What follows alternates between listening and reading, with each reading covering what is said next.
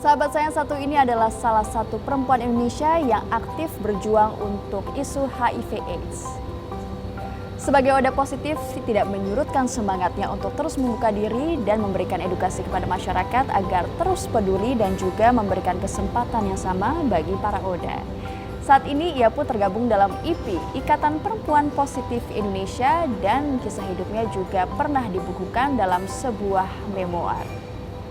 Pemirsa, selama 30 menit ke depan, saya Ajeng Kamarati akan mengajak Anda untuk berbincang dengan Hartini, seorang pejuang isu HIV/AIDS di Indonesia, tentu saja hanya di Mutiara Indonesia, Inspirasi Perempuan Indonesia.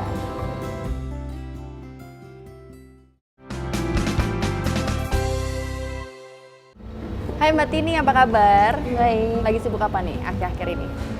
Kebetulan sekarang memang bekerja di IPI sebagai office manager dan masih sibuk dengan si kecil yang baru umur 2 tahun. Nah Mbak, boleh nggak flashback sedikit? Bagaimana waktu itu ceritanya Mbak akhirnya tahu bahwa Mbak terinfeksi? Sebenarnya familiar dengan HIV sendiri tahun 2007. 2 minggu sebelum putra ketiga saya meninggal, bahwa dokter itu bilang bahwa anak saya adalah HIV positif. Tapi saya pikir waktu itu, masa gitu ya, saya kan cuma ibu rumah tangga yang kerjanya hanya menunggu suami di rumah, ngurusin anak gitu. Masa sih saya terkena HIV gitu. Waktu itu saya sempat tanyakan sih ke pasangan saya waktu itu, katanya anak kita itu HIV positif. Tapi jawaban dia adalah, kalaupun anak kita HIV positif itu bukan dari aku apa dari kamu, kata dia, tapi dari peralatan rumah sakit. Waktu dulu 2008 itu belum seperti sekarang, tes HIV bisa di puskesmas, dulu harus di rumah sakit, dan itu juga kondisinya karena sudah kandidiasis di mulut dan diare selama 3 bulan. Jadi dokter puskesmas waktu itu menyarankan saya untuk tes VCT di rumah sakit, dan ternyata 2 minggu setelah tes, ingat betul waktu itu terima hasil tanggal 15 Februari 2008, dan hari pertama aku harus minum ARV antiretroviral yang masih aku minum sampai sekarang. Apa rasanya Mbak? Apa yang Mbak rasakan waktu Mbak tahu bahwa dokter sudah memvonis Mbak positif? Sebenarnya sih sedih ya. Satu pertanyaan besar di benakku waktu itu, kenapa harus aku gitu. Sempat mengurung diri selama 2 minggu. Karena pikiranku waktu itu, pertanyaan yang sering dilontarkan ke dokter adalah, "Dok, sampai kapan ya saya hidup?" Bener-bener kayak percaya nggak percaya sih sebenarnya, kok dari mana ya virusnya gitu. Karena memang taunya kalau HIV itu kan mungkin hanya dari pecandu narkoba, pekerja seks. Dan gitu. itu juga edukasi yang Mbak tahu dari orang ke orang Iya. yang tidak official atau Iya. tidak resmi gitu ya Mbak. Betul. Oke, kita akan lihat dulu profil dari Mbak Hartini tentang keseharian Mbak Hartini agar pemirsa juga semakin kenal dengan sosok Mbak Hartini. Ini dia.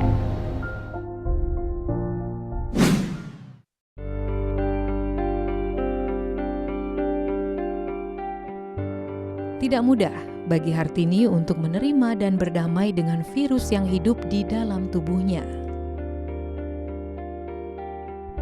Ya, Hartini adalah satu dari ribuan ibu rumah tangga di Indonesia yang menjadi korban penularan virus HIV/AIDS. Menurut data Kementerian Kesehatan, hingga tahun 2015, tercatat lebih dari 10.626 kasus ibu rumah tangga yang divonis HIV/AIDS positif. Menempati posisi kedua sebagai kelompok yang rentan terinfeksi virus HIV/AIDS, jauh melampaui kalangan yang rentan terinfeksi, seperti pekerja seks komersial dan juga pecandu narkoba. Dinyatakan positif, Hartini sempat mengalami depresi. 2 tahun mengalami pergolakan batin. Hartini akhirnya memutuskan membuka status positifnya. Diskriminasi dan juga persepsi yang salah dari masyarakat terhadap ODA membuat Hartini bertekad membantu ODA lainnya untuk tetap survive dan mematahkan pandangan negatif masyarakat dengan edukasi agar tidak semakin banyak orang terdampak virus tersebut.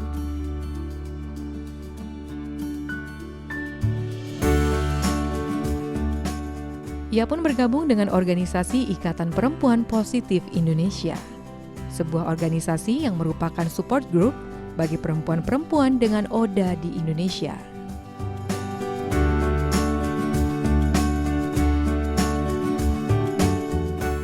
Berbagai kegiatan pun ia lakukan, seperti mengunjungi berbagai wilayah di Indonesia untuk melakukan pendampingan dan juga edukasi akan bahaya virus HIV/AIDS.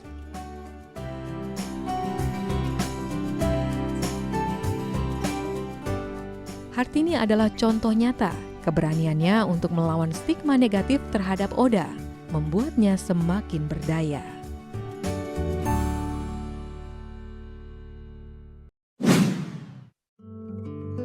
Luar biasa sekali pemirsa, kita sudah melihat profil dari Mbak Hartini, seorang pejuang ODHA yang kali ini sudah berdamai yang Mbak rasanya dengan HIV/AIDS ini. Tapi untuk berdamai sendiri dengan HIV/AIDS tentu saja Mbak melewati proses yang tidak mudah. Ya kan, waktu pertama kali Mbak tahu divonis dokter, Mbak tahu nggak ini adalah virus yang berbahaya? Apa yang Mbak pikirkan tentang HIV/AIDS saat itu? Dibilang takut dengan virus berbahayanya, iya, tapi waktu itu karena memang pengetahuan tentang HIV-nya sendiri itu masih minim, jadi waktu itu masa sih gitu, karena memang kalau air mata sih mungkin udah nggak terhitung ya bagaimana bengkaknya mata waktu itu, tapi pikiran aku, rasa percaya itu bahkan masih ada sampai setahun divonis bahwa aku HIV positif. Oke. Jadi waktu itu Mbak saat itu belum tahu kalau itu tertular dari mana gitu, belum tahu. Sampai akhirnya tahu, mantan suami Mbak yang menularkan. Itu gimana? Sebenarnya aku sendiri nggak bisa memastikan bahwa itu benar-benar dari mantan suami sih. Balik lagi, aku tidak pernah menyalahkan pasangan waktu itu.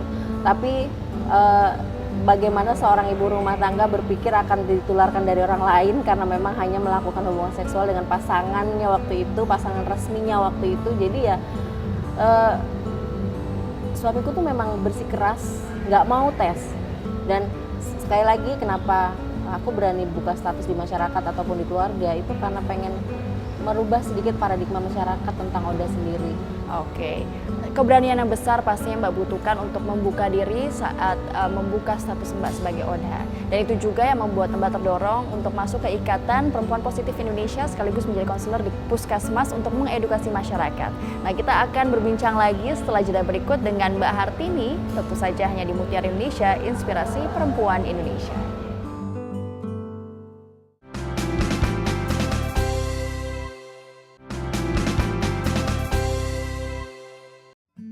Ya pemirsa, kita sudah saksikan bersama profil Hartini, seorang pejuang ODHA yang sekarang sudah berdamai dengan virus HIV/AIDS. Kita akan lanjutkan lagi obrolannya, Mbak.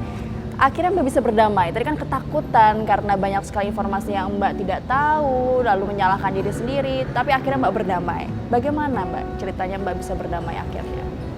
Sebenarnya waktu pertama kali dapat ARV, itu sebenarnya mungkin aku udah dibilang aku bisa berdamai sama virus karena aku tetap konsisten minum ARV yang harus aku minum setiap jam 9 pagi, jam 9 malam, dan terbayang bahwa itu seumur hidup gitu. Tapi bagaimana akhirnya benar-benar bisa berdiri tegak sampai sekarang, aku punya putri umur 10-11 tahun. Jadi waktu itu aku baru 3 bulan baru tahu status, tapi pas jam ya hampir tengah malam anakku telepon yang 11 tahun itu, dan dia bilang, Umi, Teteh yakin sampai nanti lulus sekolah, menikah dan punya anak, Umi masih ada buat Teteh. Jadi aku pikir anak yang 11 tahun dia nggak tahu bahwa HIV itu mengerikan bagi banyak orang gitu, dan dia yakin mamanya masih ada gitu. Itu sih yang bikin kekuatan sampai sekarang, bahwa anakku yakin ibunya selalu ada. Dan akhirnya sekarang saya tahu Mbak bergabung dengan IP sekaligus menjadi konselor di Puskesmas untuk mengedukasi masyarakat agar mereka lebih peka, lebih peduli terhadap perjuangan Mbak dan perjuangan teman-teman lainnya seperti ini. Apa yang sudah Mbak lakukan untuk mengedukasi masyarakat tersebut? Sebenarnya berawal memang aku jadi konselor di Puskesmas 2014, tapi sampai sekarang aku masih menjadi konselor untuk teman-teman ODA yang ingin membuka status HIV-nya pada pasangan. Oke, jadi semuanya itu yang sudah Mbak alami dan apa yang membuat Mbak bangkit, Mbak tularkan kepada orang-orang yang membutuhkannya agar mereka juga merasa tersupport dan berani untuk membuka diri ya Mbak ya. Oke, dan keberanian Mbak lalu rasa ingin mengedukasi masyarakat dan juga mensupport teman-teman yang lainnya ini tentu saja tidak lepas dari dukungan dari orang-orang terdekat Mbak ya. Nah, maka itu kita akan melihat apa yang dikatakan oleh orang-orang terdekat Mbak soal Mbak Hartini. Ini dia.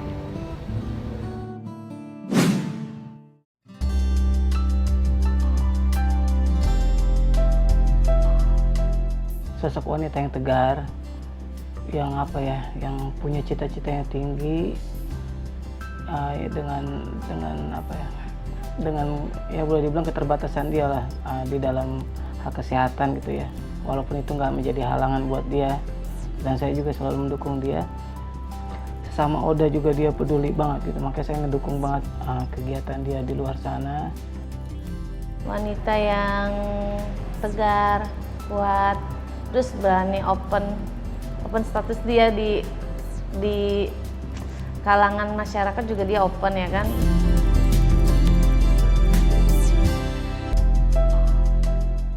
Ya paling momen saat dia mau berusaha jujur sama saya, tapi di satu sisi saya memang sudah tahu status dia mau buka status. Saya ingat banget habis acara khas Hari AIDS Nasional itu Desember. Itu kita makan nasi Padang di kosan. Ya saya coba mancing gitu, habis makan saya minta sikat gigi gitu kan. Saya pinjam sikat giginya. Dia langsung nggak ngasih gitu, refleks langsung nguber saya ke kamar mandi, langsung rebut sikat gigi dia, padahal saya hanya ngetes aja sih.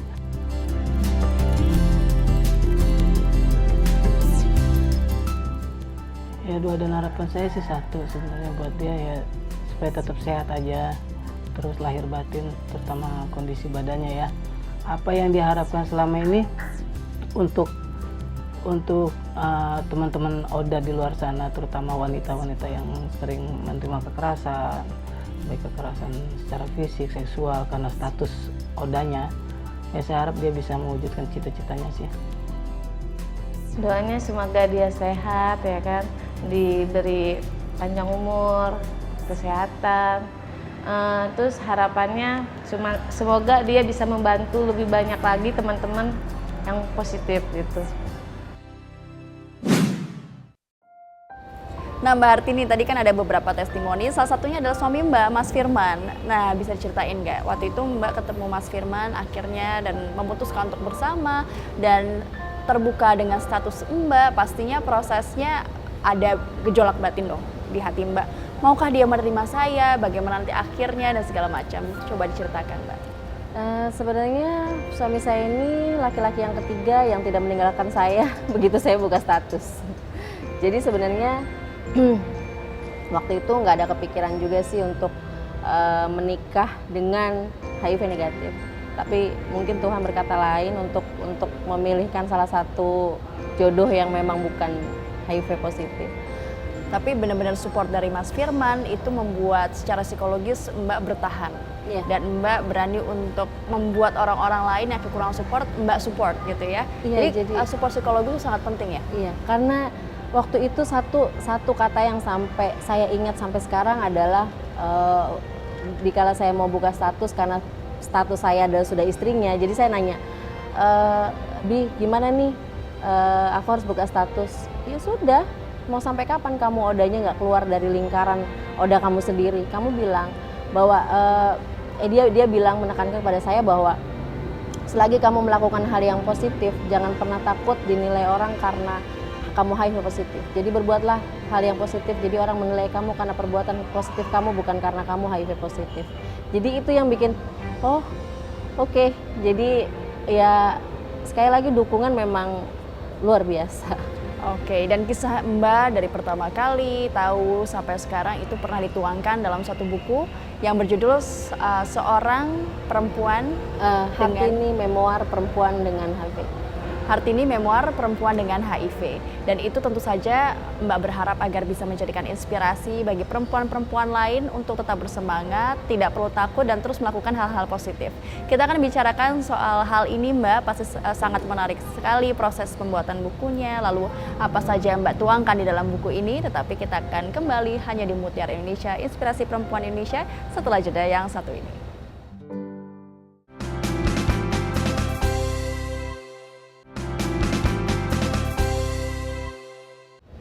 Kembali bersama saya Ajeng Kamarati di Mutiara Indonesia, Inspirasi Perempuan Indonesia. Kita masih berbincang bersama perempuan inspiratif kita kali ini, Mbak Hartini. Mbak, tadi kan Mbak sudah cerita banyak sekali bagaimana Mbak tersupport dan akhirnya Mbak mensupport teman-teman lain. Nah, ada nggak Mbak perasaan pernah didiskriminasi oleh orang-orang yang tidak memberikan kesempatan kepada Mbak untuk berkembang seperti orang-orang lainnya? Diskriminasi yang sangat kelihatan sih sebenarnya begitu pas aku buka status ya. Maksudnya kemanapun aku akses layanan kesehatan, aku akan buka status bahwa aku adalah perempuan dengan HIV. Waktu itu diskriminasi yang banget di ini ya sama aku adalah dari petugas kesehatan. Karena ternyata buka status pada petugas kesehatan itu bukannya malah jadi baik untuk aku gitu. Sampai sekarang pun aku belum bisa akses layanan gigi, satu. Yang kedua, waktu aku merencanakan kehamilan yang putriku Nachita, kesulitan sekali untuk mencari dokter. Jadi waktu itu kesulitan sampai nyari-nyari, akhirnya ketemu dengan salah satu dokter yang memang dia memang berapa kali ketemu denganku di acara pelatihan itu terkait dengan HIV. Dan aku coba datang ke dokter itu cuman ingin bilang bahwa dok, aku HIV positif, pasanganku tidak, dan aku ingin hamil. Dan dokter itu ternyata kasih support yang luar biasa. Oh iya, nggak apa-apa, kita tinggal menghitung masa subur,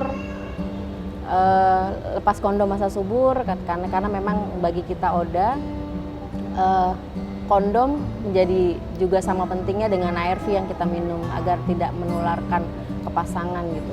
Nah, dan kabarnya juga Mbak kisah hidupnya dijadikan buku, diceritakan dalam sebuah buku Hartini, memoir seorang perempuan dengan HIV. Apa saja Mbak yang diceritakan? Curhatan Mbak kah atau apa yang Mbak dalam buku tersebut? Di buku itu sendiri memang kehidupan baruku. Prosesnya 1 tahun buku itu benar-benar menceritakan dari tahun 2008 sampai anakku Nachita umur 3 bulan hasil tes pertamanya keluar. Jadi kisah itu memang menceritakan anakku yang Widya yang tadinya yang menjadi support pertamaku dan Nachita yang aku ikutin programnya dari awal sampai melahirkan. Dan ini Mbak berharap agar bisa menjadi inspirasi bagi perempuan-perempuan lainnya yang terinfeksi ODA ya? Iya, yang setidaknya punya teman-teman ODA akan berpikir, oh ternyata bahwa saya ODA bisa melahirkan, saya bisa punya anak gitu. Karena pilihan persalinan dan pemberian makanan bayi pun aku ambil dua-duanya adalah pilihan yang tidak banyak diambil oleh teman-teman ODA lain. Jadi aku melahirkan normal dan aku memberikan ASI pada bayiku waktu itu. Wah, luar biasa.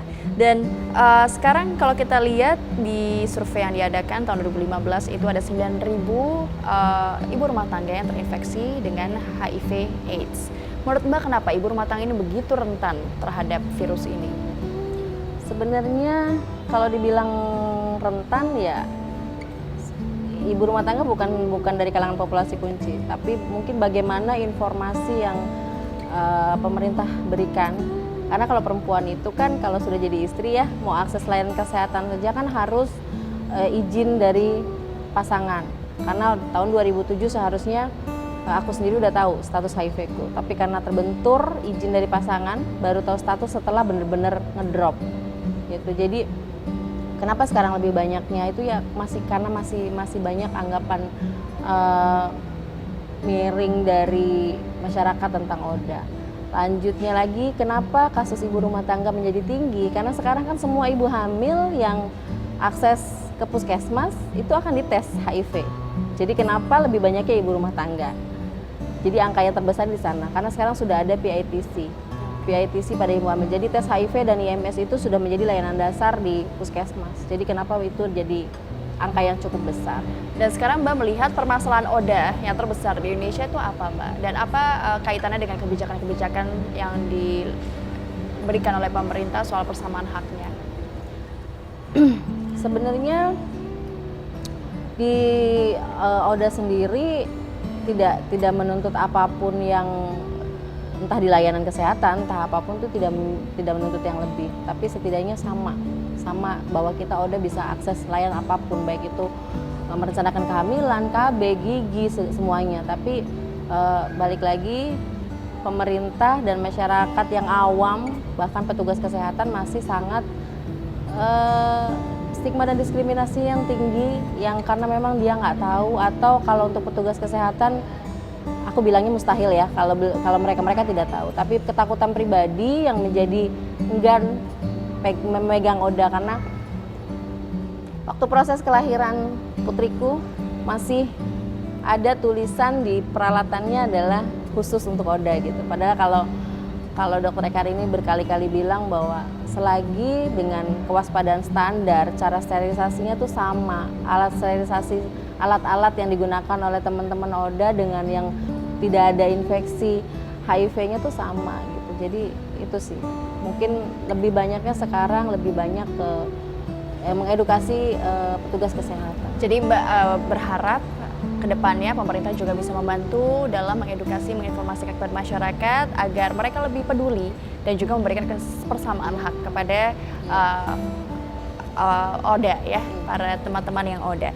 Yang terakhir Mbak, harapannya Mbak Hartini kedepannya agar teman-teman ODA ini memiliki persamaan hak dan juga bisa hidup lebih baik dan tetap bersemangat. Ya, seperti sesuai dengan visi misinya IPI bahwa terwujudnya perempuan yang hidup dengan HIV bisa berkualitas hidup yang tinggi dan setara untuk akses layanan pendidikan, kesehatan, sosial, ekonomi gitu. Jadi harapannya sih jangan langsung menjudge bahwa ibu rumah tangga itu HIV gitu dan tidak bisa melakukan apapun, atau ODA itu hanya bisa menyusahkan.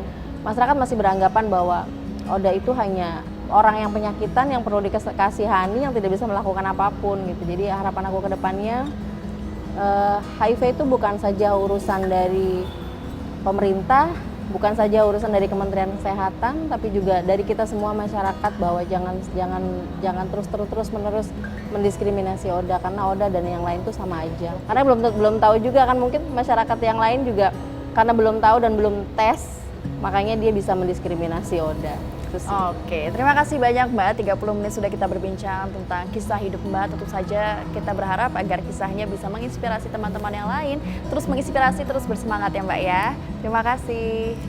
Ya pemirsa, itulah perbincangan kita dengan Mbak Hartini, salah satu pejuang isu HIV/AIDS di Indonesia. Kami berharap agar kisah hidupnya bisa menginspirasi Anda. Jangan lupa terus saksikan Mutiara Indonesia, inspirasi perempuan Indonesia hanya di The IT. Akhir kata, saya Ajeng Kamarati. Terima kasih. Sampai jumpa.